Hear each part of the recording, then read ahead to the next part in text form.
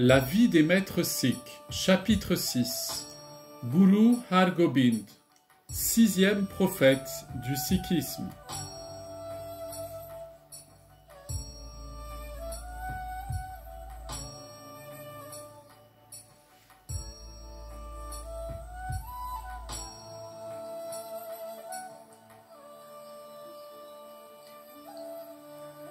Guru Har Gobind, le sixième maître spirituel des Sikhs, est né en 1595.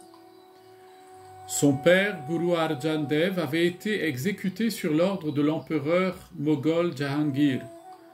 À cette époque, Har Gobind n'avait que 11 ans. Baba Buddha, un sikh dévot qui connaissait l'évolution du mouvement sikh depuis l'époque de Guru Nanak, fut son gardien et son précepteur. Il lui enseigna l'équitation, le maniement des armes et de manière générale les arts du combat. À son investiture, Guru Har Gobind portait 2 épées, symbolisant l'une le pouvoir spirituel et l'autre le pouvoir séculaire. Il fit construire un édifice pour l'assemblée des fidèles. Cet édifice se trouve à Amritsar en face du temple d'or et s'appelle l'Akal Takht, le trône de l'Éternel. On y discutait des affaires spirituelles mais aussi des affaires temporelles. Guru Har Gobind fit aussi construire un fort, l'Ogar, qui signifie le fort de fer. Il y rassembla une cavalerie et une armée. Il ordonna à ses disciples de faire dorénavant leurs offrandes sous la forme d'armes et de chevaux. Les Sikhs appelèrent Guru Har Gobind Sacha Pacha, le véritable souverain. La salle d'audience où il recevait s'appelait la cour royale et désormais devenir maître spirituel de la communauté sikh, c'était monter sur un trône et spirituel et politique. Selon certains, Guru Har Gobind a marqué un tournant majeur dans la manière dont la communauté sikh s'est organisée. Mais Guru Har Gobind est demeuré dans la continuité de ce que Guru Nanak avait fait en ne cessant de protester contre les attaques meurtrières et les conversions forcées imposées par les empereurs musulmans successifs.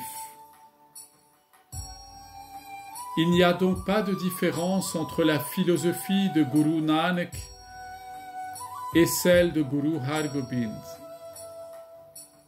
Sans doute que l'accent mis sur le militarisme a été rendu obligatoire par les circonstances de la mort de Guru Arjan. Jahangir vit un danger pour son pouvoir à la constitution de cette armée. Il fit donc enfermer Guru Har Gobind dans le fort de Gwalior,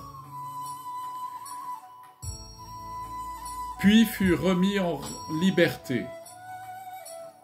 Car Jahangir constata la simplicité de Guru Har Gobind et sa dévotion, et ne voyait plus en lui un ennemi et le traita avec courtoisie. Guru Har Gobind entreprit des tournées missionnaires.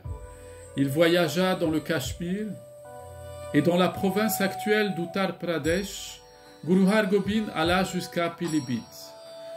Il y fit construire des gurdwarés, des lieux de culte sikh, à la mémoire de ses prédécesseurs. Pendant ce temps-là, Jahangir mourut et son fils Shahjahan lui succéda sur le trône. Il interdit formellement à tout musulman de se convertir au sikhisme. Il ordonna la démolition de nombreux temples hindous et en même temps d'un gurdwara, un temple sikh à Lahore. En 1628, il y eut un conflit entre Guru Har Gobind et le gouverneur moghol de Lahore. Afin d'éviter d'autres conflits, Guru Har Gobind établit sa résidence à Kartarpur, dans le district de Jalandhar, mais il continua à maintenir son armée en bon état. Cette armée comprenait aussi des soldats musulmans pour lesquels Guru Hargobind avait fait construire une mosquée à Hargobindpur.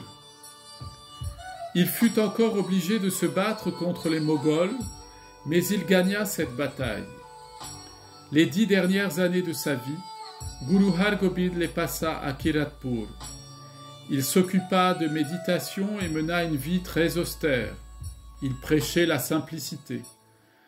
Quand ses fils, Atal Rai et Baba Gurdita voulurent faire remarquer des miracles, il les réprimanda. Avant sa mort, Guru Hargobind nomma donc son petit-fils Har Rai pour être son successeur.